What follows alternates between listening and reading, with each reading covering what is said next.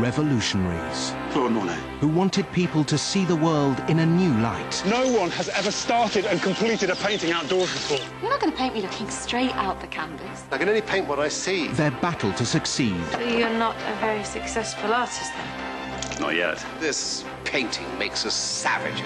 Their struggle to survive. If I stay with you, my father will cut me off. Because that's what I'm worth. No. Cézanne, you have shown us the future. The Impressionists. We can never go back from this moment. A true story in 3 parts starts Sunday at 6:35 on BBC One. In a week of high political drama, the Lord Chancellor, Lord Faulkner, joins the Question Time panel tonight, along with David Davis, the Shadow Home Secretary. Ed Davey for the Liberal Democrats will be there, Steve Richards of The Independent, and Carol Thatcher, the writer and broadcaster. Join us for Question Time, BBC One, 10:35, after the news.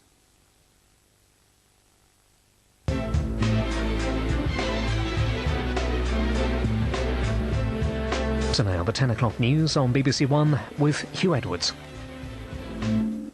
Fighting back, Tony Blair says it's business as usual despite the troubles of 3 ministers. A week before the local elections, the Prime Minister tells us there's no reason for resignations and says the headlines are exaggerated. There's no problem that isn't a crisis, no difficulty that isn't a catastrophe, no week that's not going to end up being the most terrible thing that's ever happened. You do the job. You get on with doing the job. We'll have an exclusive interview with Mr. Blair about the government's problems. Also tonight, a teenager admits the killing of 11-year-old Joe Geeling, who had cystic fibrosis.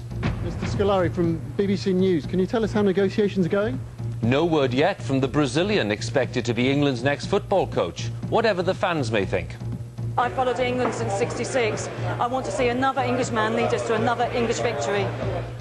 And meet the latest peace envoy to the Middle East. He's armed with music. And in BBC London News, Scotland Yard investigates alleged election fraud in Tower Hamlets and 20,000 unhappy landings. Residents fear further expansion at Stansted.